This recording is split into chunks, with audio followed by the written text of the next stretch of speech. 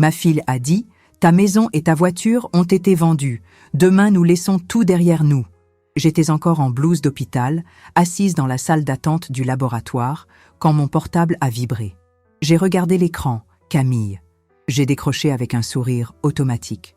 Mais ce que j'ai entendu de l'autre côté n'avait ni chaleur ni hésitation. C'était juste la voix froide de ma fille. « Maman, on a décidé de partir en Europe. Demain. J'ai déjà vendu la villa de Deauville et la voiture. On avait besoin d'argent. » Silence. Puis le son sec de la communication coupée. Je suis restée figée. La blouse collée à ma peau, l'air conditionné glacial sur mon cou. Une infirmière m'a appelée, mais je ne l'ai même pas entendue. Dans ma tête, une phrase résonnait. J'ai déjà vendu la villa et la voiture. Mes yeux brûlaient, mais je n'ai laissé couler aucune larme. La villa où Camille avait appris à nager. Où Jean-Luc, mon mari, préparait le poulet rôti du dimanche. Sa voiture, une vieille Citroën DS blanche, qu'il lustrait religieusement chaque samedi, tout avait disparu. Tout était vendu. Sans ma permission, sans ma voix, sans même un « pardon ». Elle avait besoin d'argent, bien sûr. Et moi? De quoi avais-je besoin, moi? Je me suis levée comme si quelque chose s'était brisé en moi. Ce n'était pas de la haine, pas encore. C'était une lucidité tranchante. Camille pensait que je n'avais plus rien. Elle pensait qu'elle pouvait me jeter comme un vieux vêtement démodé. Mais ce qu'elle ne savait pas, c'est que Jean-Luc m'avait laissé quelque chose. Quelque chose que même moi, j'avais oublié. Et quand, cette nuit-là, j'ai ouvert le tiroir en bois de notre vieille commode, j'ai vu qu'il n'avait jamais cessé de m'aimer. Et que ma fille était sur le point de découvrir que la femme qu'elle pensait contrôler n'était pas celle qu'elle imaginait. Si cette histoire vous a captivé dès les premières secondes, imaginez ce qui vous attend. Abonnez-vous à la chaîne maintenant et activez la cloche. Ici, chaque vidéo est un choc, un retournement de situation, une vérité que personne n'a jamais osé raconter. Je m'appelle Catherine, mais pendant longtemps, on m'a simplement appelée la mère de Camille. Je ne me suis jamais plainte. Pas même quand Camille est tombée malade à 5 ans et que j'ai passé 3 nuits blanches à son chevet, tenant sa petite main pendant qu'elle délirait de fièvre. Pas même quand j'ai renoncé à ma maîtrise pour m'occuper d'elle à plein temps, parce que Jean-Luc passait ses journées en voyage d'affaires. J'ai toujours cru qu'être mère, c'était ça. Donner, se taire, attendre. Pendant 32 ans, mon identité s'est construite sur les besoins des autres. J'étais l'épouse serviable, la mère dévouée, la femme invisible. J'ai enseigné les lettres pendant près de 40 ans dans des lycées publics. Je n'ai jamais manqué un seul jour. Pas même les jours où Jean-Luc rentrait ivre et dormait sur le canapé. Pas même les jours où Camille me disait que je devais me moderniser. Mes cheveux sont gris naturels, coupés toujours dans le même salon, par la même coiffeuse, depuis plus de 20 ans. Mon maquillage est discret. Mes chaussures sont confortables. J'ai toujours été comme ça, discrète, pratique, éduquée. Mais ne vous y trompez pas, en moi, il y a des fissures, des blessures silencieuses. Comme le jour où Camille m'a dit que je gâchais l'énergie de la maison, simplement parce que j'avais demandé de baisser le volume de la musique. Ou quand elle m'a regardé avec pitié en disant « Maman, tu dois arrêter de vivre dans le passé. Jean-Luc est mort il y a 1 an, subitement. Un infarctus foudroyant, un samedi matin. Nous étions dans la cuisine. Il me servait mon café, comme toujours. Et soudain, il est juste tombé. Sur le moment, je n'ai pas pleuré. J'ai appelé les secours, j'ai respiré profondément, j'ai prévenu Camille. J'ai tout fait en pilote automatique, comme toujours. Mais plus tard, la nuit, assise au bord du lit, l'alliance encore au doigt, je me suis brisée de l'intérieur. Et là, j'ai compris que j'étais vraiment seule au monde. Camille est venue s'installer chez moi peu après. Elle a dit que c'était pour s'occuper de moi, mais je savais. C'était par commodité. Elle et Antoine, son mari, se sont installés ici, utilisant la maison, le garage, ce qui restait. Elle disait vouloir m'aider, mais j'étais seulement le fardeau qu'elle portait avec impatience. Je le voyais dans ses yeux, dans ses soupirs, dans les silences avant de répondre à mes questions. J'étais un obstacle entre elle et la vie qu'elle pensait mériter, mais je n'ai jamais rien demandé, jamais d'argent, pas même de l'attention. Je voulais juste un endroit au monde où je n'aurais pas à marcher sur la pointe des pieds. Et quand elle m'a appelé ce jour-là, en me disant qu'elle avait vendu tout ce qui me restait, j'ai réalisé que même le peu qui était à moi ne l'était plus. C'est ce jour-là que ma respiration a changé, que mon silence a changé, que le nom Catherine a recommencé à avoir un sens. Parce que je ne suis pas seulement la mère de Camille. Je suis une femme qui n'a pas encore dit son dernier mot. Je ne voulais pas grand-chose. Je ne rêvais pas de bijoux, ni de voyages, ni de petits-enfants courant dans la maison. Bien que pendant des années, j'ai aussi imaginé cela. Ce que je voulais était plus subtil, plus difficile à demander et plus douloureux à admettre. Je voulais le respect. Je voulais que Camille me regarde et me voie, pas comme la vieille dame fragile qu'elle prétendait protéger, mais comme la femme qui l'avait élevée, qui avait survécu à un mariage entier sans jamais se laisser sombrer. Je voulais m'asseoir sur la terrasse de la villa de Deauville et sentir le vent sur mon visage sans le poids de me demander si je dérangeais. Je voulais pouvoir conduire la vieille Citroën le dimanche, comme le faisait Jean-Luc, sans entendre que cette voiture ne me va plus. Je voulais être écoutée, pas tolérée. Mon désir était de faire partie. D'être une mémoire vivante, pas un poids du passé. Mais même pour désirer cela, je me sentais coupable. Peut-être parce que j'ai passé ma vie à apprendre à Camille à être le centre. Je la consolais quand elle criait. Je gardais le silence quand elle explosait. Je lui donnais raison quand elle avait tort, juste pour préserver la paix.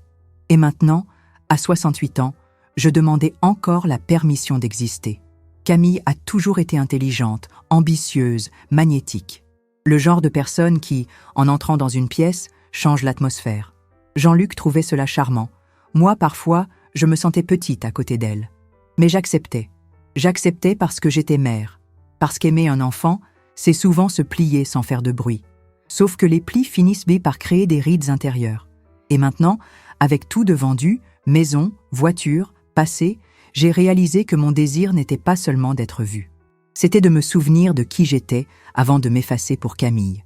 Je voulais retrouver ma présence. Je voulais qu'elle sache ce qu'avait coûté chaque centime qui avait financé cette villa. Chaque mensualité payée avec mon salaire de professeur.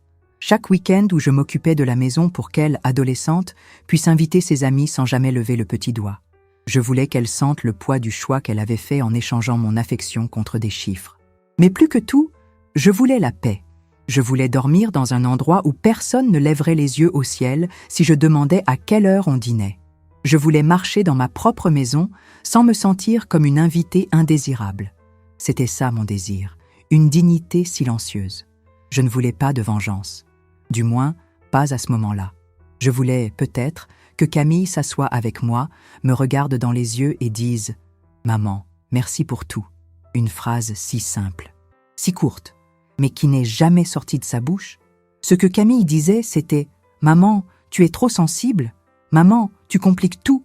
Maman, on avait besoin d'argent. » Comme si vendre la maison où elle avait appris à faire du vélo était anodin. Comme si cette vieille voiture, qu'elle appelait une épave, n'avait pas été le dernier bien qui portait encore l'odeur de son père. Et ce jour-là, après l'appel, je suis rentrée à la maison et j'ai erré dans les pièces. J'ai touché le dossier du fauteuil où Jean-Luc lisait, l'abat-jour que Camille avait toujours voulu remplacer par quelque chose de plus moderne. La pendule murale indiquait 16h47, l'heure exacte à laquelle Jean-Luc appelait d'habitude pour dire qu'il arrivait. J'ai ouvert le tiroir de la commode, celui que je n'avais plus touché depuis sa mort. À l'intérieur, il y avait un petit coffret en velours bleu et une enveloppe Kraft, avec mon nom écrit à la main. Mon cœur s'est accéléré. Je me suis assise sur le lit, l'enveloppe entre les mains. J'ai respiré profondément. Et pour la première fois depuis des mois, j'ai senti quelque chose qui n'était pas de la douleur. C'était une promesse. Et là, dans cette promesse, se trouvait la chance de quelque chose de nouveau. Parce que ce que je voulais, au fond, ce n'était plus le respect. C'était que Camille me voie forte. Forte comme je l'avais toujours été. Forte comme elle n'avait jamais cru que je pouvais l'être. Et si elle devait tout perdre pour le voir, peut-être que c'était exactement ce que j'étais prête à permettre. L'enveloppe était scellée avec du ruban adhésif brun, déjà un peu desséché. Le papier vieilli avait une légère odeur de placard fermé. Mais le nom était là, écrit de la main de Jean-Luc. Pour Catherine, à n'ouvrir que lorsque tu seras prête. Il m'a fallu 5 minutes pour trouver le courage. Je l'ai ouverte comme on ouvre une blessure qui n'a jamais bien cicatrisé. À l'intérieur, il y avait une lettre, écrite à la main, 5 pages. Son écriture était ferme, précise, comme l'était Jean-Luc lui-même, même les jours où le silence entre nous durait tout le dîner. Catherine, si tu lis ces lignes, c'est que je suis partie. Et c'est parce que je suis convaincue que le moment est venu pour toi de connaître la vérité. J'ai retenu mon souffle. Pendant 40 ans, j'ai investi une partie de notre argent dans des affaires que j'ai préféré ne pas mentionner, par précaution. Je savais que tu n'aimais ni les surprises, ni les risques. Mais je devais le faire, pour nous. J'ai commencé à trembler. Tu es l'unique héritière de la société que j'ai créée discrètement. Elle s'appelle JLC Investissement. Elle est enregistrée au nom de prête-nom de confiance. Mais les documents prouvent que tout t'appartient. 6 juin, tu trouveras les justificatifs, les comptes bancaires, les titres de propriété, les participations dans des entreprises, les biens immobiliers, y compris l'immeuble où vivent Camille et Antoine. Mes yeux se sont remplis d'eau. Je ne t'ai rien dit, car je craignais que Camille ne le découvre. Et, eh bien, nous savons comment elle gère l'argent. Je voulais qu'elle nous aime pour ce que nous sommes, pas pour ce que nous avons. J'ai continué à lire jusqu'à la fin. La dernière ligne m'a anéanti. Catherine, tu as toujours été la femme la plus intelligente et la plus intègre que j'ai connue.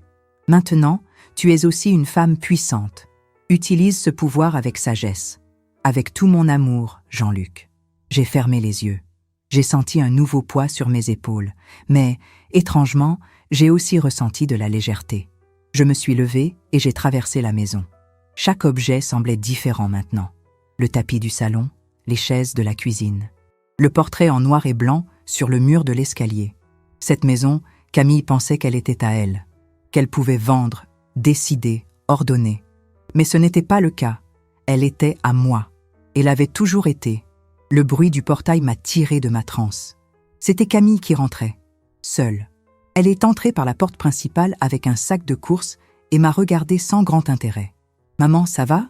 Tu as une drôle de tête. »« Je vais très bien, » ai-je répondu. « Juste fatiguée. » Elle a posé les sacs sur la table, a ouvert une canette de soda et a dit, comme si elle parlait de la météo, « Antoine part demain.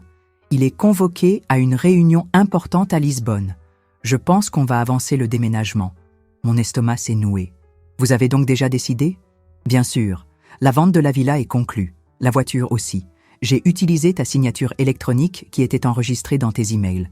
Antoine a tout fait via le système. De toute façon, tu n'aurais rien compris à ces démarches, n'est-ce pas ? Elle a ri. Elle a ri. Comme si elle expliquait une blague à une enfant un peu lente. Je l'ai regardée calmement. Mais à l'intérieur, mon sang ne coulait plus. Il bouillait. Camille pensait que je ne comprendrais rien à ces démarches.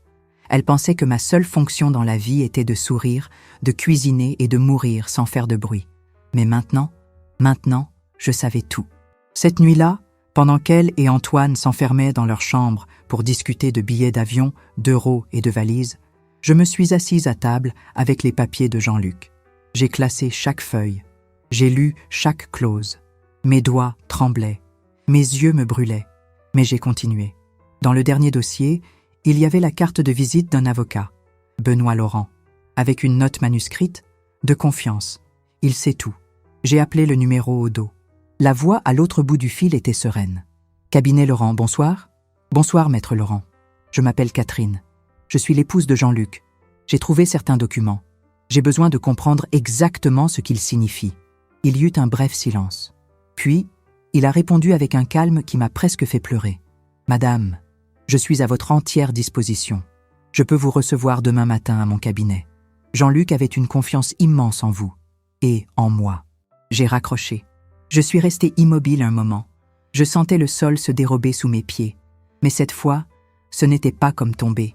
C'était comme si, enfin, j'étais solidement ancrée. Je n'étais plus une femme vendue, congédiée, ignorée. J'étais la propriétaire de tout. Et, pour la première fois de ma vie, j'avais les cartes en main. Je savais que je ne pouvais pas agir sous le coup de la colère. Pas encore. Que Camille ne comprendrait jamais ce qui allait se passer. Mais à cet instant, je n'étais plus la vieille dame qu'elle traînait par obligation. J'étais Catherine. Et Catherine avait un plan. Le lendemain, j'ai pris mon café seule dans la cuisine. Camille et Antoine dormaient tard ces derniers temps. Leur voyage à Lisbonne était le sujet principal de la maison. Et moi, un accessoire à déplacer. J'ai pris une tasse et l'ai remplie de café noir. Je me suis assise à la table recouverte de la toile cirée bleue qui avait plus de 10 ans. C'était mon moment de silence, l'un des rares qui m'appartenait encore. Camille a descendu les escaliers peu après, le portable à la main et l'air de quelqu'un qui n'a pas bien dormi. « Maman, tu as un moment aujourd'hui ?» a-t-elle demandé, sans même me regarder. « Toujours », ai-je répondu, en essayant de cacher la tension qui s'accumulait dans ma nuque. Elle s'est assise en face de moi, a posé son portable et a croisé les bras. « Il faut qu'on parle. Antoine et moi, on part dans 2 jours. Tout est réglé. »« Je sais », ai-je dit à voix basse. « Mais tu dois comprendre qu'on ne pouvait pas attendre. La vente de la villa et de la voiture était nécessaire. Antoine a des contacts importants là-bas. C'est notre chance. Et tu iras bien, n'est-ce pas? Aller bien? » La question m'a transpercée comme une aiguille de glace. « Qu'est-ce que tu veux dire ?»« Je veux dire qu'on a plus ou moins tout organisé. Le montant de la vente a été déposé sur un compte qu'on a ouvert pour toi. Tout est en ordre. Ce n'est pas beaucoup, mais ça te tiendra quelques mois. Vous avez vendu la villa de ton père et sa voiture, ai-je dit, incapable de me retenir. Camille a haussé les épaules, comme si elle parlait de vieux meubles. Maman, cet endroit tombait en ruine. La villa, c'était sentimental, mais soyons rationnels. Et la voiture, c'était juste une vieille épave. Mes doigts ont serré la tasse avec force. C'était la voiture de ton père. La maison où il a construit chaque mur de ses propres mains, où tu as fêté tous tes anniversaires d'enfance. Je sais, dit-elle en soupirant, mais il faut penser à l'avenir, pas aux ruines du passé. Elle s'est levée, est allée au réfrigérateur, a pris un yaourt, l'a ouvert à la hâte et est revenue à table comme si la conversation n'était qu'un détail matinal. Et, pour être honnête, maman, on a vraiment besoin de cet argent. Lisbonne, c'est cher. Antoine a des dettes. Il essaie de tout régler. Tu as toujours été compréhensive. Tu comprendras. Elle m'a regardée comme si elle me présentait une facture, comme si attendre mon accord n'était qu'une formalité. Vous avez vendu sans me consulter. Vous avez utilisé mes données. Vous avez falsifié ma signature. Maman, ne dramatise pas, cette phrase. Ne dramatise pas. Je l'avais entendue si souvent de sa bouche. Depuis son adolescence, quand je lui demandais de rentrer plus tôt de ses soirées. Quand je la mettais en garde contre des amitiés douteuses, quand je pleurais seule dans la salle de bain pour ne pas être vue, elle disait toujours ça. Ne dramatise pas, maman.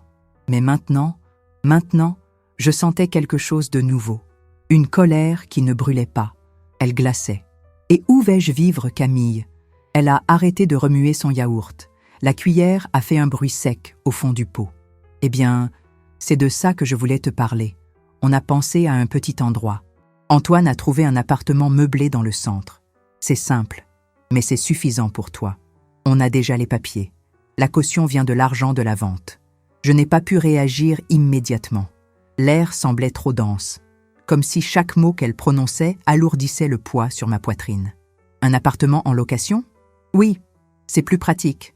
Pas d'escalier, pas de jardin à entretenir. Tu as besoin de te reposer, non? Elle a dit ça avec un sourire. Le genre de sourire qui m'a donné des frissons. Le sourire de quelqu'un qui croit vous rendre service. Un service à une personne jetable. Et vous avez pensé à me demander si je voulais déménager? On savait que ce serait difficile pour toi. C'est pourquoi on a tout réglé avant. C'est plus simple comme ça. Plus simple. Pour qui? Camille a fini son yaourt, a jeté le pot vide dans l'évier et s'est éloignée de la table. Et il y a autre chose, maman. J'espère que tu ne seras pas fâchée, mais on a décidé de prendre aussi quelques meubles de la maison. La bibliothèque de papa, l'armoire de la chambre d'amis. Il nous serait utile là-bas. Et, bon, comme la maison appartient maintenant au nouveau propriétaire. Elle parlait comme une agente immobilière, froide, objective, distante. Chaque objet qu'elle énumérait était un morceau de ma mémoire. La bibliothèque où Jean-Luc rangeait ses vinyles, l'armoire où je cachais les cadeaux de Noël. Elle emportait tout, chaque détail, chaque vestige de qui j'avais été. Et elle attendait encore un merci. Je suis restée là, immobile, à regarder la chaise vide en face de moi. Je n'ai pas pleuré, je n'ai pas crié, mais à l'intérieur de moi, quelque chose s'est brisé. Parce qu'il ne s'agissait pas seulement de biens matériels, il s'agissait d'appartenance. Camille m'avait effacé de sa propre histoire, et elle s'attendait encore à ce que je sourie. Je me suis levée, je suis allée dans ma chambre, et j'ai fermé doucement la porte. Et là, seule, pour la première fois depuis de nombreuses années, j'ai murmuré à voix basse « Je ne suis pas invisible. » Et vous allez vous en souvenir. J'ai fermé la porte de la chambre avec précaution. Je ne voulais pas que Camille entende, pas par peur, mais parce que, à cet instant, j'avais besoin de silence. Un type de silence qui crie plus fort que n'importe quel scandale. J'ai appuyé mon dos contre le bois froid de la porte. J'ai fermé les yeux. Et pour la première fois depuis longtemps, j'ai laissé mon corps glisser jusqu'au sol. J'ai senti le carrelage glacé sous mes genoux, le souffle court, les mains moites. Je me suis vue là, à 68 ans, par terre dans ma propre chambre, comme une intruse dans la vie que j'avais construite. C'est comme ça que ça se termine, ai-je pensé. Après tout ce que j'ai fait, tout ce que j'ai supporté, des images ont commencé à défiler devant mes yeux comme des scènes d'un vieux film. Le premier jour où j'ai emmené Camille à l'école en tenant son cartable rose. Le jour où Jean-Luc est rentré à la maison, fatigué, et a pourtant souri en voyant le dîner prêt. Les dimanches après-midi à la villa, Camille courant d'un côté à l'autre, les pieds couverts de sable, riant comme si le monde était léger. Où tout avait-il commencé à s'effacer? J'ai senti une vague de honte me traverser. Pas pour moi, mais pour avoir accepté des miettes pendant si longtemps. Pour m'être tue pendant qu'il faisait des plans en utilisant ma maison comme monnaie d'échange. Pour avoir été trop gentille, trop silencieuse, trop servile. Je me suis relevée avec difficulté. Mon dos s'est plaint. Je me suis appuyée sur la commode. J'ai respiré profondément. J'ai regardé mon reflet dans le miroir. Une femme aux cheveux attachés, à la blouse froissée, aux yeux cernés et à la fatigue qui ne venait pas de l'âge. Elle venait de la négligence, du mépris, d'être vue uniquement comme quelqu'un à reloger, comme un meuble qu'il faut déplacer. J'ai baissé les yeux et j'ai vu l'enveloppe de Jean-Luc, toujours sur le lit. L'enveloppe qui changeait tout, qui me remettait dans le jeu. Mais il n'était pas encore temps de l'utiliser. D'abord, je devais me souvenir de qui j'étais, seule. Je me suis assise sur le lit et j'ai pris la deuxième lettre qui se trouvait dans l'enveloppe. Une lettre plus courte, écrite des mois avant sa mort. « Catherine, si un jour tu doutes de ton importance, lis ceci, pas pour moi, mais pour toi. Tu es la racine de cette famille, ce qu'il y a de plus solide, même quand tout le monde feint de ne pas le voir. » Les mots m'ont frappé comme une gifle, chaude, rapide, révélatrice. Oui, j'ai été la racine.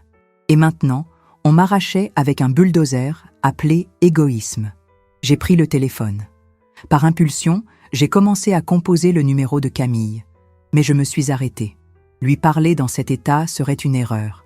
Elle s'attendait à ce que je craque, que je crie, que je pleure. Non, je devais être autre chose. Je devais être ce que Jean-Luc avait toujours vu en moi. Forte, ferme, imprévisible. J'ai laissé le portable sur la table de chevet et me suis relevée. Je suis allée à l'armoire, j'ai sorti une boîte que je gardais depuis le décès de Jean-Luc. À l'intérieur, il y avait des dossiers, des documents, quelques relevés qu'il insistait toujours pour garder sur papier, car c'est plus fiable. J'ai examiné chaque élément avec attention. Mon cœur s'emballait, mes mains transpiraient, mais mes yeux étaient secs, lucides.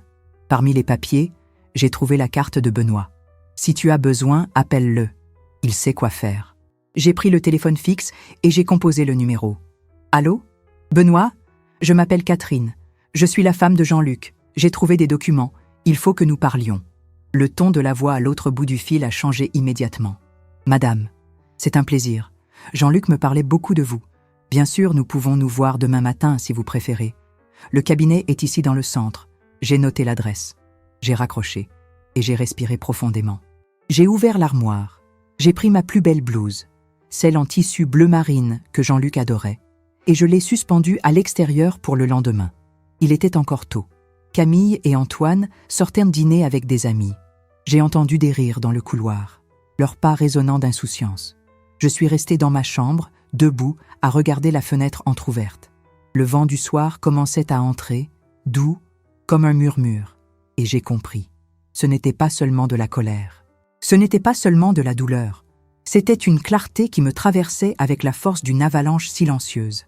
Ils ne me respectaient pas, parce que je leur avais appris qu'ils n'avaient pas à le faire. Et maintenant, je devais réapprendre à m'imposer, pas avec des cris, mais avec des actes, avec de la stratégie, avec de l'intelligence. L'arme que Camille et Antoine avaient toujours sous-estimée. J'ai pris une feuille blanche. J'ai écrit à la main 3 phrases. Consulter Benoît. Récupérer la villa. Prendre le contrôle. En silence. J'ai mis la feuille dans le tiroir, fermée à clé. Je me suis couchée, mais je n'ai pas dormi. Je suis restée à écouter le bruit de la maison vide. Et, pour la première fois depuis la mort de Jean-Luc, je n'ai pas eu peur de la solitude. J'ai senti le pouvoir. J'ai senti que quelque chose en moi était revenu à la surface. Ce n'était pas Catherine, la mère de Camille. C'était Catherine, la femme qui avait encore beaucoup à dire. Et qui maintenant allait choisir chaque mot avec une précision chirurgicale. Je suis arrivée au cabinet de Benoît à 9 heures du matin. Je portais la blouse bleu marine que Jean-Luc aimait tant. Un pantalon de tailleur, des chaussures propres, rien de voyant, juste de la dignité dans chaque pli. L'immeuble était ancien, mais élégant. Des escaliers en marbre, un ascenseur aux portes en fer forgé, de hautes fenêtres. J'ai été accueillie par une jeune femme sympathique qui m'a offert un café. J'ai refusé. J'avais la bouche trop sèche, l'estomac trop noué. Benoît est apparu peu après, souriant. Les cheveux gris bien coupés, un blazer clair, des gestes mesurés. Il avait ce genre d'attitude qui inspire confiance sans arrogance. « Madame Catherine, c'est un honneur de vous rencontrer en personne. Jean-Luc me parlait beaucoup de vous. » J'ai acquiescé, poliment. J'étais là pour régler des comptes. Et je n'avais pas de temps à perdre en mondanité. Je lui ai tendu le dossier avec les documents que j'avais organisés la veille. Il a commencé à les feuilleter, d'un œil technique, tout en prenant des notes rapides sur un bloc. Les minutes se sont écoulées en silence, jusqu'à ce qu'il lève le regard. « Avez-vous une idée de ce que vous avez entre les mains ?»« Je m'en fais une idée, » ai-je répondu calmement. Il s'est adossé à son fauteuil. Jean-Luc était un génie, silencieux, discret, mais méticuleux. Il a bâti une holding aux ramifications solides. Le patrimoine est entièrement lié à la société JLC Investissement, enregistrée au nom de prête-nom, mais juridiquement parfaite. Et vous êtes la seule bénéficiaire reconnue dans les statuts et le testament. Je suis restée silencieuse. Il a continué. Outre la villa et la voiture, il y a au moins 6 biens immobiliers enregistrés, 3 participations dans des sociétés, une réserve financière considérable sur des comptes à l'étranger et l'immeuble où vit votre fille. Et la vente de la villa et de la voiture ? Camille n'avait aucune autorisation légale. La signature utilisée sur les documents est invalide. Et si vous le souhaitez, nous pouvons annuler la vente pour fraude. Entendre cela, c'était comme ouvrir une fenêtre dans une pièce étouffante. Je n'ai pas répondu immédiatement. J'ai simplement croisé les jambes avec élégance et j'ai regardé un point fixe derrière la tête de Benoît. Une bibliothèque de livres de droit, tous reliés en cuir sombre. « Je veux tout récupérer », ai-je dit enfin. Benoît a hoché la tête. « Je peux commencer immédiatement. Voulez-vous les poursuivre en justice ?» J'ai secoué la tête, lentement. « Non, je veux récupérer ce qui est à moi. » Mais sans faire de vagues. Pour l'instant, il a compris sur le champ. Le regard de Benoît a changé. Il est passé de juridique à complice. Un mouvement stratégique, donc. Exactement. Les jours suivants, Benoît a agi avec une précision chirurgicale. Il a déposé une demande d'annulation de la vente de la villa. Il a contacté la société fictive qui avait servi d'intermédiaire. Il a localisé les nouveaux acheteurs, qui, par chance, étaient un couple honnête, persuadé d'avoir traité avec les vrais propriétaires. 3 jours plus tard, j'ai reçu la confirmation par email. La villa avait été restituée. Légalement, elle était de nouveau à moi. En silence, sans scandale. La Citroën de Jean-Luc, cependant, c'était une autre histoire.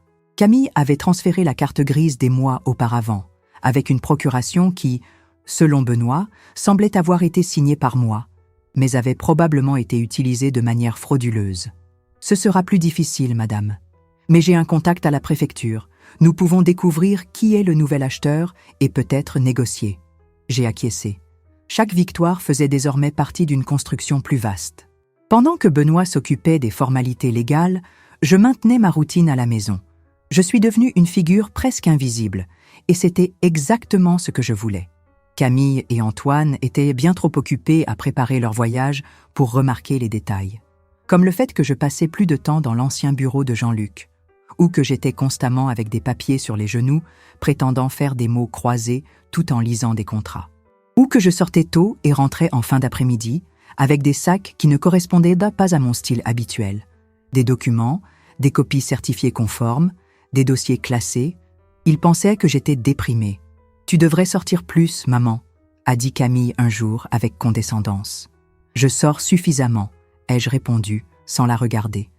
Cette semaine-là, j'ai reçu un autre appel de Benoît. J'ai réussi à contacter le propriétaire actuel de la Citroën. C'est un collectionneur. Je lui ai expliqué la situation. Il est prêt à rendre la voiture si vous payez le montant qu'il a déboursé. La voiture est intacte, conservée. Combien ? 35 000. J'ai dégluti. C'était cher, mais je n'ai pas hésité. Payez et demandez qu'on me l'amène à la maison. Mais s'il vous plaît, qu'on la gare à l'endroit même où Jean-Luc la laissait toujours. À l'ombre du marronnier, Benoît a ri à l'autre bout du fil. Entendu. 2 jours plus tard, je suis sorti me promener et, à mon retour, la voiture était là, brillante, comme si elle n'avait jamais quitté le garage. Je me suis approché, j'ai posé la main sur le capot. La peinture encore froide de la rosée du matin. Et j'ai pleuré. Mais pas de tristesse. C'était le début de ma revanche. Ce soir-là, je suis allé à la villa de Deauville. Benoît m'avait laissé les nouvelles clés. Je suis entré seul. L'odeur était la même. Sel, vieux bois, air marin. Les murs avaient encore nos photos. La petite table de la cuisine était toujours là. Les rideaux en dentelle que j'avais moi-même cousus des années auparavant étaient toujours aux fenêtres. Je me suis assise sur le canapé. J'ai respiré profondément. Et là, dans cette maison récupérée, j'ai fait une promesse silencieuse. Camille apprendra le poids de ce qu'elle m'a pris. Mais quand elle l'apprendra, il sera trop tard pour prétendre qu'elle ne savait pas ce qu'elle faisait. Le lendemain de ma visite à la villa, je me suis réveillée différente. Pas dans mon corps. Il y avait toujours la même fatigue dans les articulations, les mêmes cheveux argentés tombant sur la brosse. Mais dans mon âme, quelque chose avait bougé. Une pièce qui était déplacée s'était remise en place. C'était comme si j'avais retrouvé ma propre peau. J'ai pris mon café seul, comme toujours. Mais cette fois, chaque gorgée avait un goût nouveau. La stratégie. Camille est descendue précipitamment. Elle portait un dossier et parlait au téléphone avec quelqu'un en anglais. Probablement un agent à Lisbonne. Elle m'a lancé un sourire automatique et a demandé « Bien dormi ? Mieux que je ne l'espérais », ai-je répondu. Elle s'est assise à table, a pris un morceau de pain et a mâché sans me regarder. L'avocat de là-bas a déjà envoyé les contrats. Antoine s'occupe du virement. Tout est à son nom, bien sûr, à cause des liens européens. Mais dès qu'on sera là-bas, on ouvrira un compte joint et on réglera le reste. J'ai hoché la tête, feignant le désintérêt. Elle m'a observé une seconde, s'attendant peut-être à une réaction, une question, une supplication. Je ne lui ai rien donné. Je me suis levée, j'ai lavé ma tasse et je suis montée dans ma chambre. J'ai fermé la porte calmement. Et là, pour la première fois depuis des années, je me suis assise devant le vieil ordinateur que Jean-Luc conservait. Je l'ai allumé. Il a mis du temps à démarrer, mais quand l'écran s'est allumé, j'ai vu des dossiers aux noms familiers, devis, patrimoine, immobilier.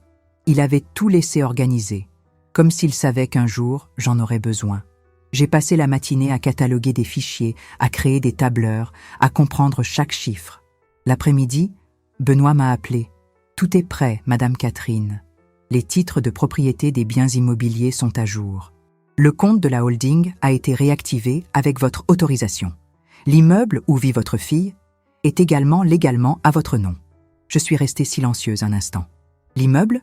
Oui, l'immeuble entier, pas seulement l'appartement. Mon cœur a battu plus fort. C'était plus que ce que j'imaginais, plus que ce que j'osais espérer. Camille ne savait pas qu'elle vivait dans quelque chose qui m'appartenait. L'ironie de la situation était presque poétique. « Je veux que tout reste confidentiel pour le moment, Benoît. Mais envoyez-moi tous les documents, je dois les étudier. » Parfaitement. Ce soir-là, tandis que Camille et Antoine riaient en regardant une série dans le salon, je suis descendue avec un carnet à couverture rigide à la main. Je me suis arrêtée dans la cuisine. J'ai préparé une camomille. J'ai pris quelques biscottes. Je me suis assise sur la terrasse avec le carnet sur mes genoux, comme je le faisais autrefois pour corriger des copies. Camille est passée par la porte et m'a regardée. « Qu'est-ce que tu fais dehors, maman ? Il fait froid. » Je réfléchis un peu. Elle a souri avec mépris. « Fais attention de ne pas tomber malade. À ton âge. » Je connais très bien mon âge, Camille. La fermeté de ma réponse l'a stoppée net. Elle m'a observé une seconde, puis a haussé les épaules et est rentrée. J'ai souri pour moi-même. Elle ne se rendait pas compte, mais c'était déjà en train de se produire. Le lendemain, je portais un ensemble clair, en tissu léger, des chaussures confortables, les cheveux attachés. On aurait dit que j'allais à la banque ou au marché. Mais c'était plus que ça. J'ai passé la matinée au cabinet de Benoît signant une série de documents avec le calme de quelqu'un qui sait ce qu'il fait. L'après-midi, je suis allée à l'immeuble du 16e arrondissement où vivait Camille avec Antoine. J'ai parlé au concierge. Je me suis présentée comme la nouvelle propriétaire de l'immeuble. J'ai demandé une inspection préventive dans tous les appartements, y compris le leur. Il a écarquillé les yeux. « Madame est la propriétaire ? » ?»« Oui, depuis cette semaine. Mais ils ont dit qu'ils partaient à l'étranger, que... Je sais ce qu'ils ont dit. Contentez-vous d'organiser l'inspection. » « Discrétion, s'il vous plaît. » Il a acquiescé, encore confus. Je suis rentrée à la maison le cœur léger. Le soir, je me suis assise à table pour dîner. Camille et Antoine discutaient des détails du déménagement. Le vol est réservé pour vendredi. L'embarquement est à 10 heures. L'argent a déjà été converti. Il ne manque plus que le reçu de loyer de ta nouvelle maison, maman. Quel reçu ? Ai-je demandé, sans lever les yeux de mon assiette. Celui de l'appartement qu'on t'a loué, tu te souviens ? J'ai fait semblant de réfléchir une seconde. Ah, oui ? Il va falloir l'annuler. Camille a froncé les sourcils. Comment ça l'annuler ? Parce que j'ai décidé de rester. Ici. Elle a eu un petit rire. Ici ? Maman, la maison a déjà été vendue. Tu ne peux pas... Non, Camille. La maison n'a pas été vendue. La vente a été annulée. Pour fraude. Le silence est tombé comme une pierre au centre de la table. Antoine a arrêté de mâcher. Camille m'a regardée, stupéfaite. Comment ? La signature utilisée n'était pas valide. Et de plus, la voiture est revenue aussi. La Citroën, elle est dans le garage. Elle a pâli. Mais comment as-tu... Je suis allée voir l'avocat de ton père, Benoît. Il s'est occupé de tout. Jean-Luc a toujours su ce qu'il faisait. Et il était convaincu qu'un jour, je le saurais aussi. Elle a repoussé son assiette. Tu es en train de me dire que rien de ce que vous avez fait n'est valide, que vous avez vendu ce qui ne vous appartenait pas, et que maintenant, vous allez devoir partir d'ici. La maison est à moi, et l'immeuble où vous vivez aussi. Le silence qui a suivi n'était pas seulement celui du choc, c'était celui de la défaite. Antoine s'est levé, il est allé dans le salon. Camille est restée assise, les yeux fixés sur les miens. Et, à cet instant, pour la première fois de ma vie, j'ai vu de la peur dans ses yeux. Pas la peur d'une fille qui a commis une erreur, mais la peur de quelqu'un qui réalise, trop tard, qu'il a sous-estimé la mauvaise personne. Cette nuit-là, après le dîner interrompu, le silence s'est répandu dans la maison comme de la fumée. Dense, irrespirable. Camille n'a plus dit un mot. Antoine a fait semblant de regarder la télé, mais ses yeux étaient ailleurs. Il ne savait pas s'il devait demander, s'il devait supplier, ou simplement disparaître. Je suis montée dans ma chambre, j'ai fermé la porte fermement et je me suis adossée au mur. À l'intérieur, un mélange de soulagement et quelque chose qui ressemblait à la paix. Si vous vous êtes déjà senti oublié par ceux qui auraient dû vous voir plus que quiconque, laissez un like et commentez ci-dessous. Parfois, le simple fait de savoir que d'autres ont ressenti la même chose nous aide à nous sentir moins seuls. Votre histoire compte aussi. Partagez-la avec ceux qui en ont besoin. C'était la première fois depuis des années que j'avais la sensation d'être entière, sans avoir à crier, sans avoir à m'expliquer. Le lendemain matin, je me suis levée tôt. J'ai préparé le café, comme toujours. J'ai mis la table avec soin. Des assiettes en porcelaine, pas celles en plastique que Camille avait achetées pour faire plus simple. Ils sont descendus lentement, comme des enfants attendant une réprimande. J'ai souri. « Bonjour ?» Camille a répondu par un faible signe de tête. Antoine n'a même pas feint la sympathie. Je me suis assise avec eux. Le journal était plié à côté de moi. La section économique affichait, discrètement, un article sur l'immeuble où ils vivaient. Immeuble haussmannien, racheté par une société gérée par une héritière anonyme. Je l'ai laissé ouvert exprès sur la table. Camille l'a remarqué. Elle est restée immobile quelques secondes. « C'est vrai ?» a-t-elle demandé enfin, en le désignant du regard. « Oui, l'immeuble est à moi, en entier, depuis des années. Jean-Luc l'a acheté par l'intermédiaire de prête-nom. Je viens de l'apprendre. » Elle a respiré profondément, essayant de garder son sang-froid. « Et qu'est-ce que tu comptes en faire ? Ce qui me semblera juste. » Silence. Antoine a toussé. Camille a baissé les yeux. « Il faut qu'on parle, » m'a-t-elle dit plus tard, en m'appelant dans le jardin. J'y suis allée. Elle se tenait près du rosier, les mains croisées dans le dos. Je ne savais rien de tout ça, maman. Je pensais aider. En vendant ma maison, en utilisant mes données, En troquant mon histoire contre un billet d'avion, elle a de nouveau baissé les yeux. Je pensais que c'était le mieux pour tout le monde. Pour ton monde, Camille, pas pour le mien. J'ai fait des erreurs. Mais tout ce que j'ai fait, c'était en pensant améliorer notre vie. Je pensais que tu voulais du confort, de la sécurité. J'ai essayé de te donner ça. Tu n'as pas essayé de me donner quoi que ce soit. Tu as essayé de m'écarter de ton chemin. Elle est restée silencieuse. J'ai continué. Mais maintenant, tu vas devoir me regarder avec d'autres yeux. Parce que la femme à qui tu as manqué de respect est la femme qui a aujourd'hui le pouvoir de te priver de tout. Elle a ouvert la bouche, l'a refermée. Il n'y avait plus d'arguments. Je ne savais pas que papa avait fait tout ça. Parce qu'il savait que tu l'utiliserais, que tu manipulais avec l'affection, que tu utilisais ton intelligence pour habiller ton égoïsme d'un manteau de sollicitude. Camille a pleuré. Mais je ne l'ai pas prise dans mes bras, pas par cruauté, mais parce qu'elle avait besoin de sentir le sol se dérober. Elle avait besoin de savoir ce que c'est que d'être oubliée, ignorée, diminuée. Car c'est seulement ainsi, en le sentant dans sa chair, qu'elle pourrait commencer à comprendre. Je suis rentrée. J'ai pris mon sac, les documents, le relevé de compte, le tout organisé dans un dossier rouge. Je me suis assise à table. « Antoine, il faut que je te parle aussi. » Il est venu, à contre-cœur. « Comment as-tu pu faire les papiers de la vente ?» Il s'est gratté la tête, déconcerté. « J'ai utilisé l'ancien accès à la banque en ligne. Le mot de passe était enregistré. Je pensais que... Camille a dit. Toujours Camille. Je ne voulais nuire à personne. Non ? Alors pourquoi l'argent de la vente était-il sur ton compte ? Il a pâli. Je le rends. Bien sûr que tu vas le rendre, mais pas à moi. J'ai pris une enveloppe Kraft et je l'ai posée sur la table. Voici les statuts d'une fondation que j'ai créée cette semaine. Elle s'appellera la Fondation Catherine. Destinée aux femmes de plus de 60 ans abandonnées par leur famille ou vivant dans des conditions vulnérables. Antoine a écarquillé les yeux. Vous êtes sérieuse ? C'est mon héritage moral. Et l'argent que Camille et toi avez essayé de prendre commencera par aider celles que personne ne voit. Camille s'est approchée, écoutant la conversation depuis le couloir. C'est une humiliation, maman.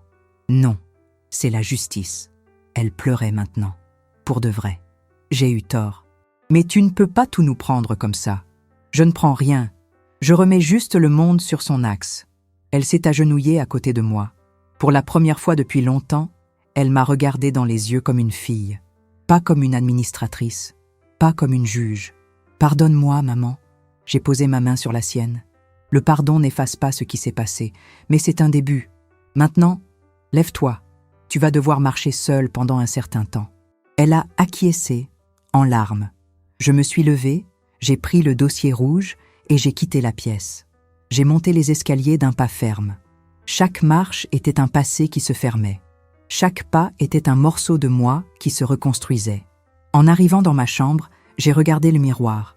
Elle était là, la femme que j'avais été. La femme que j'avais enterrée sous le titre de « Maman ». Elle était revenue. Et maintenant, c'était elle qui guidait mes pas. La maison était silencieuse quand je suis descendue pour le petit déjeuner avec Camille et Antoine. Le contraste entre la routine d'avant et ce moment était presque cruel. Ils évitèrent mon regard.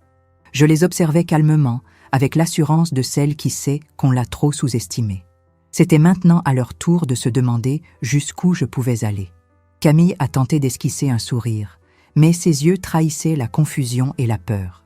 Antoine s'est assis précipitamment, tenant toujours sa tasse de thé comme un bouclier. Le journal, encore ouvert sur la table, montrait des titres économiques. Rien de plus. « Bonjour », ai-je dit d'une voix ferme. Silence. « Maman, a commencé Camille. « Vous n'avez pas l'air d'être la maman du voyage », a commenté Antoine, sur un ton qui se voulait léger. J'ai respiré lentement, comme pour absorber l'atmosphère tendue et la transformer. J'ai souri, sans chaleur. Je ne voyagerai pas. Et même si vous vouliez partir, il n'y a plus de maison à vendre ni de voiture à emporter. Tout est revenu à sa propriétaire légitime. Le regard de Camille s'est figé sur moi. Elle semblait essayer de bien comprendre. Antoine a dégluti avec difficulté. « Mais vous auriez pu prévenir ? Ces choses n'arrivent pas du jour au lendemain, a-t-il dit, en défenseur tardif. J'aurais pu, mais j'ai voulu briser le cycle. Fini les préavis. Fini d'attendre la bonne volonté des autres pour exister, ai-je répondu. Les minutes s'étiraient. Ils cherchèrent des mots qu'ils n'avaient pas. Je les regardais tous les deux dans les yeux, dissipant les possibilités qu'ils avaient sous-estimées. Camille s'est essuyé les yeux avec une délicatesse timide et a demandé « Vous n'allez pas nous poursuivre ?» J'ai soupiré et haussé un sourcil. J'y ai pensé. Mais qui gagnerais-je? De l'argent? Montreriez-vous du remords? Mon but n'est pas de punir, c'est de changer les règles du jeu. Elle a dégluti. Antoine s'est rapproché de sa chaise. Qu'est-ce que vous voulez alors? Je veux que vous compreniez que parfois, ce qui compte le plus, ce n'est pas ce que l'on a, mais qui l'on est. Camille s'est mordu la lèvre. Antoine a hésité. Maman, je l'ai interrompu. Tu as déjà compris, j'en suis sûre. La leçon a frappé plus fort que je ne l'imaginais. Même affaiblie émotionnellement, elle a semblé tenter de se ressaisir. Elle a regardé son assiette, s'est levée et a commencé à débarrasser la vaisselle. « Puis-je observer tes mouvements ?» ai-je demandé. Elle s'est arrêtée. Qu'est-ce que ça veut dire? Ce n'était pas une note, c'était une invitation. À apprendre à se mouvoir avec dignité, pas par contrainte. Camille a levé le visage, confuse. Antoine fronçait les sourcils, mais n'osait pas interrompre. « Vous prenez votre thé, maman ?» a-t-il demandé d'une voix hésitante. « Pas maintenant, » ai-je répondu. « Alors, qu'est-ce qu'on fait de l'immeuble et de la villa ?» a demandé Camille. J'ai souri légèrement. « Faites un inventaire. Occupez-vous de l'entretien. Vous pouvez les louer, ou simplement les conserver le temps de décider. »« Et la voiture ?» a demandé Antoine avec une certaine hésitation. « Elle est là où elle a toujours été. Dans le garage, à la même place. » Ils se sont regardés comme s'ils partageaient une vieille angoisse. Rien ici n'avait l'odeur de la victoire. C'était le silence face à ce qu'ils avaient perdu. Je me suis levée et je suis allée à la fenêtre. J'ai ouvert le rideau. Le jour était clair, mais l'air semblait encore lourd. Ce n'était plus un matin ordinaire, c'était le premier pas après l'effondrement de toute une construction. Ils sont restés assis. « Merci, maman », a dit Camille dans un murmure. « Ne me remercie pas. Change. Simplement, cette maison est maintenant la mienne. Mais votre caractère, c'est à vous d'en prendre soin. » Elle a essuyé ses larmes. Antoine a quitté la pièce, comme s'il préférait chercher de l'air frais plutôt que de rester là. Je suis restée seule quelques secondes. Leur présence vide a rendu l'espace tangible. Un rappel. Ils pouvaient partir, mais les marques resteraient. Et c'est là que j'ai compris. Leur silence était l'écho de la défaite émotionnelle. Pas leur défaite, mais la victoire de celle qu'ils avaient toujours sous-estimée. Quelques jours plus tard, Simone est venue me rendre visite. La voisine de longue date qui connaissait chaque histoire de la maison et chaque sourire en coin de la rue. « Qui l'eût cru, ma chère ?» a-t-elle dit d'un ton mêlé d'admiration et de regret. « Que tu survivrais au pire des coups et que tu te relèverais ainsi ?» J'ai souri, un peu gênée. J'ai toujours pensé que mon rôle était d'être invisible. Aujourd'hui, je sais qu'être invisible est un choix. Et que maintenant, je choisis d'être vue. De nouveau. Simone m'a offert une tasse de thé. Reviendra-t-elle? Camille? Oui. Je me suis arrêtée un instant. J'ai pensé à tout ce que nous avions vécu. À tout ce que je devrais encore affronter. Oui, mais différente. Avec du respect. Et, qui sait, avec une leçon apprise. Elle a hoché la tête, émue. Je ne me suis pas perdue, Simone. Je me suis juste réveillée. Quelques semaines plus tard, j'ai reçu un appel de Camille, timide, fragilisée. « Maman, je peux venir ?» J'ai respiré profondément. « Oui, mais viens avec un regard neuf. » Elle est arrivée par un après-midi pluvieux, trempée, sans valise, le visage épuisé et le cœur à nu. J'ai ouvert la porte. Je n'ai rien dit. J'ai juste fait un geste pour l'inviter à entrer. Elle est entrée, mouillée, fatiguée. Et là, à cet instant, j'ai commencé à comprendre ce qui comptait. Pas la présence physique, mais le processus de reconstruction. En silence, j'ai préparé un thé. Nous nous sommes assises dans le salon, à distance. Pas par colère, mais par respect pour la douleur qui portait encore un nom. Elle mâchait une réponse qu'elle ne trouvait pas. J'ai observé. « Pardon », a-t-elle murmuré. Pardonner ne sauve pas le passé, mais ça aide à avancer. Le murmure du vent aux fenêtres était presque un soupir. Après tant de chaos, le silence était devenu une possibilité. Camille est restée immobile. Puis, elle a retiré son manteau, a baissé la tête et s'est mise à pleurer pour de vrai, sans culpabilité enfantine, mais avec un repentir mature. Et je lui ai pris la main, pas par contrainte, mais comme une offre de soin. C'est dans ce silence que j'ai compris. La victoire n'était pas de pleurer le passé, elle était de reconstruire avec dignité, comme une maison reconstruite pierre par pierre, avec fermeté. Il pouvait encore me sous-estimer, mais plus m'effacer. Et s'il voulait le rester, il devait apprendre à marcher à mes côtés, d'égal à égal. J'ai compris, il n'y avait aucun honneur à être toujours gentille, mais il y avait du pouvoir à être juste. Et, si nécessaire, implacable. Camille est restée quelques jours. Elle a travaillé avec moi sur l'inventaire de la maison, de la voiture, des biens immobiliers. Elle a appris les détails des documents, des comptes, des procédures. Elle est restée silencieuse jusqu'à ce qu'elle comprenne. Papa voulait nous sauver de l'argent. Moi, je voulais juste fuir son ombre. Des années passées à tenter d'être heureuse sans Racine. Mais, un jour, la Racine s'est détachée. Et nous l'avons senti. Quand elle est partie, il n'y avait plus de retour possible au silence. Aujourd'hui, l'immeuble est sous mon administration. La villa de Deauville, presque prête pour un nouveau projet, un refuge temporaire pour les femmes qui ont été rejetées, comme je l'ai été un jour. La voiture est toujours dans le garage, intacte. Mais son symbole est fort, ce souvenir du passé, sans en être prisonnière. Camille a suivi un chemin, j'en ai suivi un autre.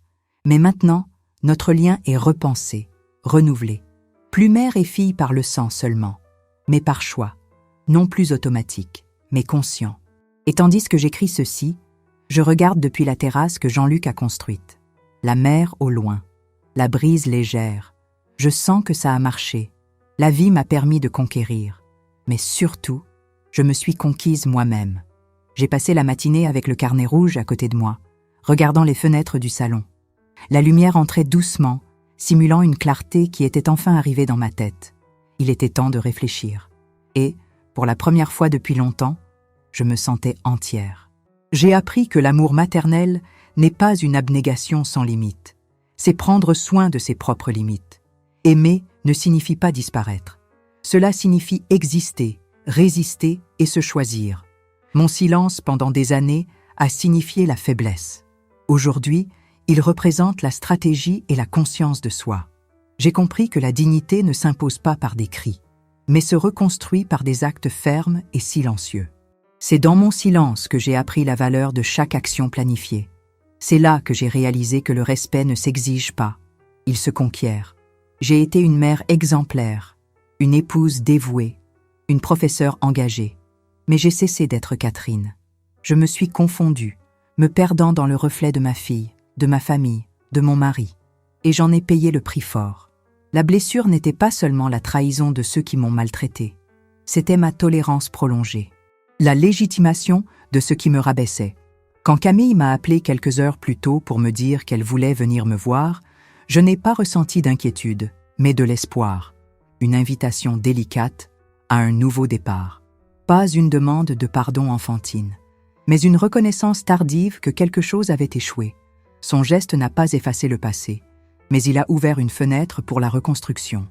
Aujourd'hui, je comprends. La justice émotionnelle ne signifie pas reprendre ce qui a été donné. Elle signifie interrompre le cycle de l'injustice. Mon pouvoir est né à l'instant où j'ai choisi de récupérer mon histoire avec classe, avec précision, sans détruire personne. C'était difficile, c'était solitaire, mais c'était à moi. Maintenant, je me regarde dans le miroir et je reconnais la femme forte que Jean-Luc a toujours vue. Celle à qui il a laissé les documents à trouver au cas où il lui arriverait quelque chose. Celle en qui il a eu confiance pour gérer notre patrimoine. Je n'étais pas une œuvre inachevée du passé. J'étais la gardienne de son héritage et du mien. Je me rends compte que Camille a compris la leçon, mais qu'elle est encore en train de la digérer. Son regard a changé. Ce n'est pas le regard d'une demande, mais c'est le regard d'une femme qui commence à réaliser ce qu'elle a fait, qui commence à voir que le respect ne se demande pas. Il se gagne et peut se perdre.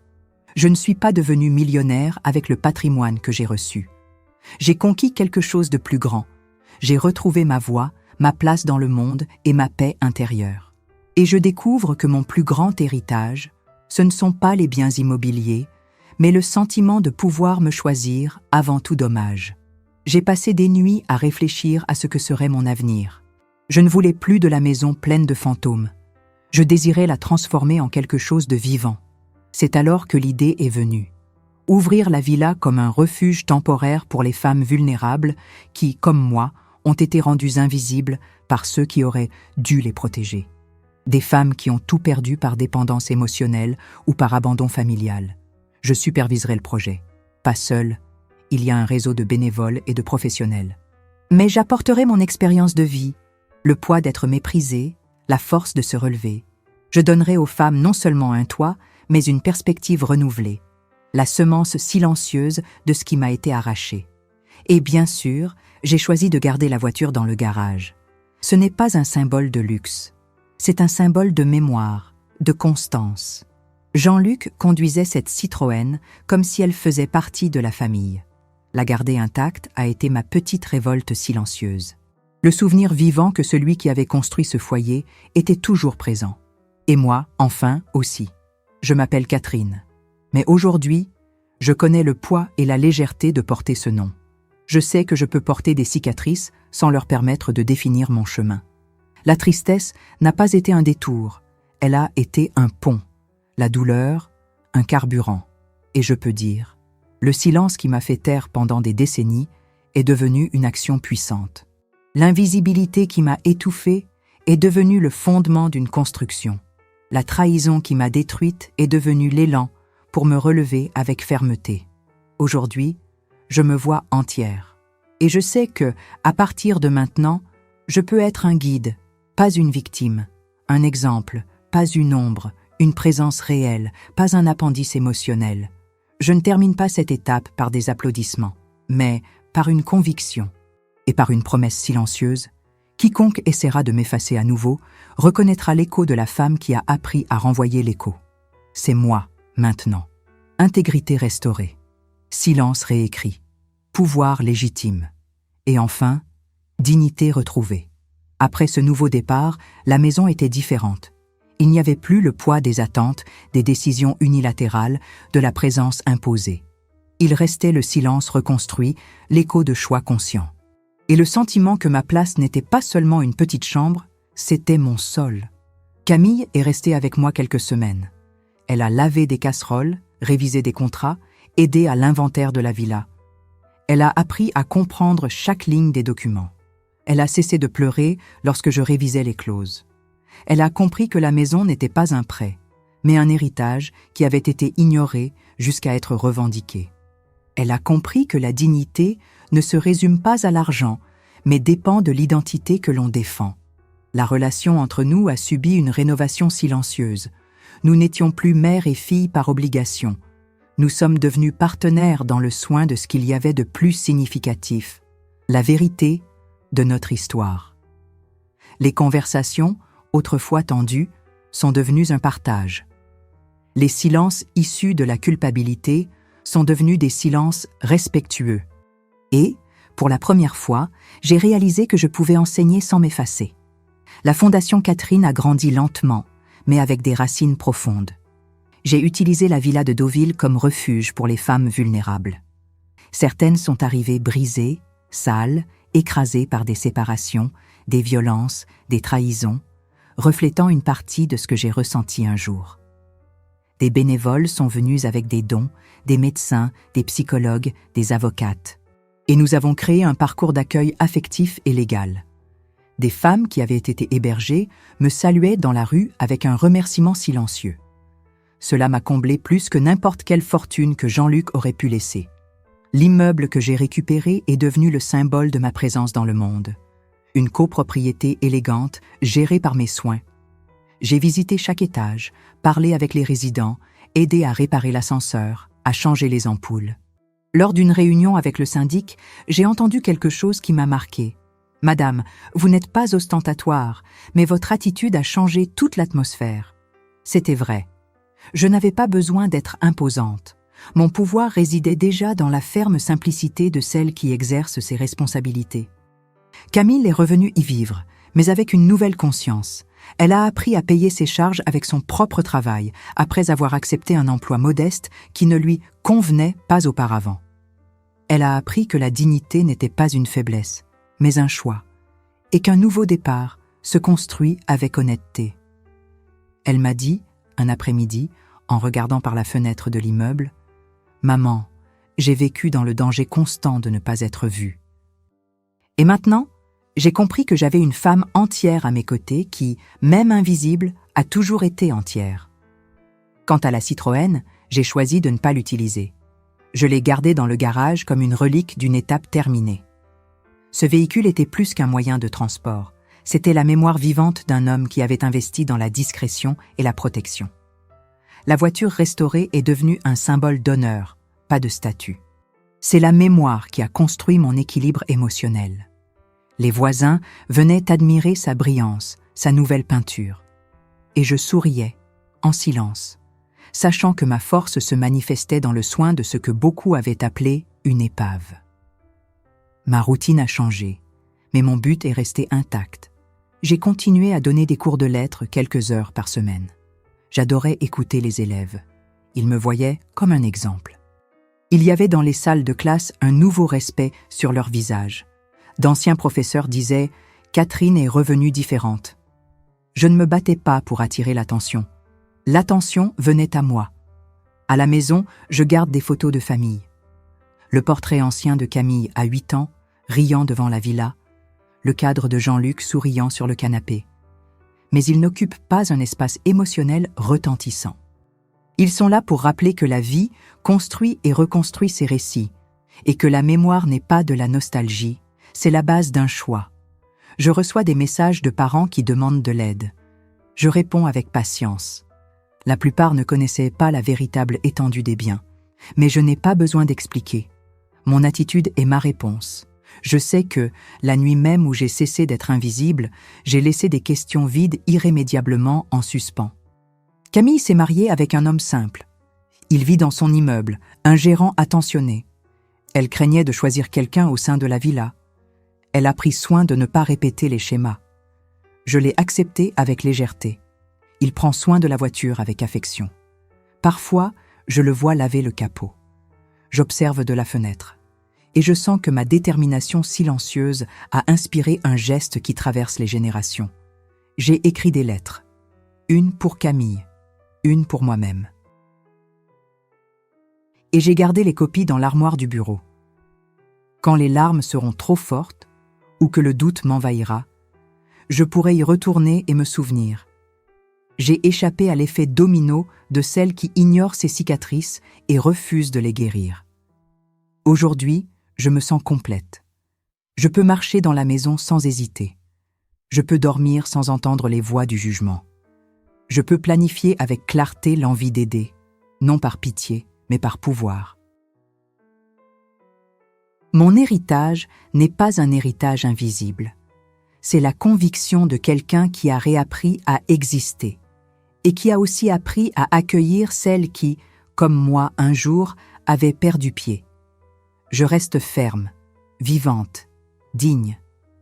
Parce que j'ai appris, le respect n'est jamais simple, mais il est possible, quand nous en sommes vraiment dignes, et quand la douleur nous apprend, avec patience, elle-même, à reconstruire la forteresse qui a toujours existé en nous.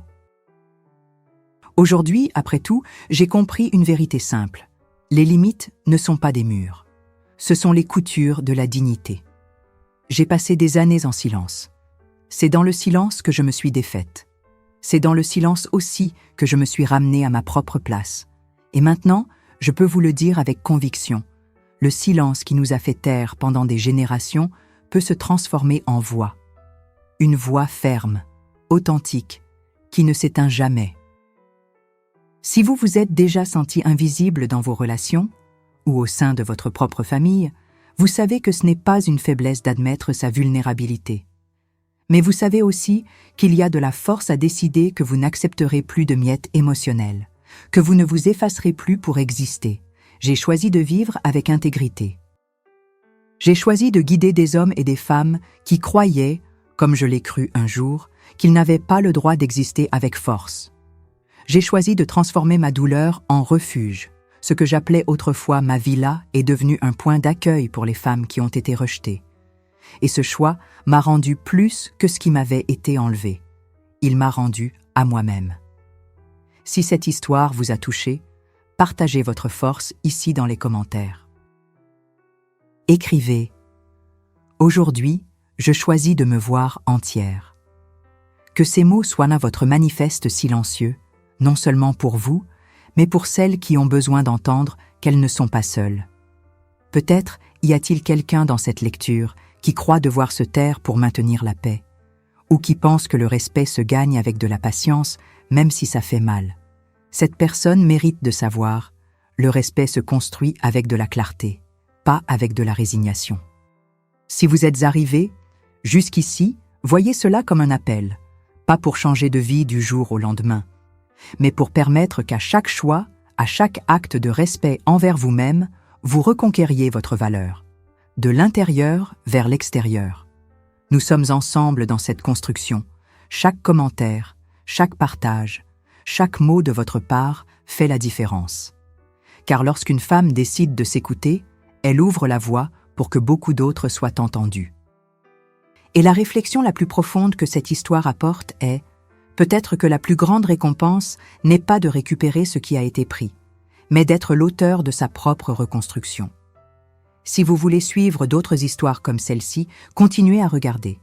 Abonnez-vous pour recevoir des récits qui émeuvent, provoquent et surtout transforment des vies. Et maintenant, voici sa question pour vous. Avez-vous aussi appris à dire « ça suffit » ? Écrivez-le dans les commentaires. Partagez avec celles qui ont besoin de se souvenir. Nous ne sommes pas moins, nous sommes fortes, dignes et capables de recommencer.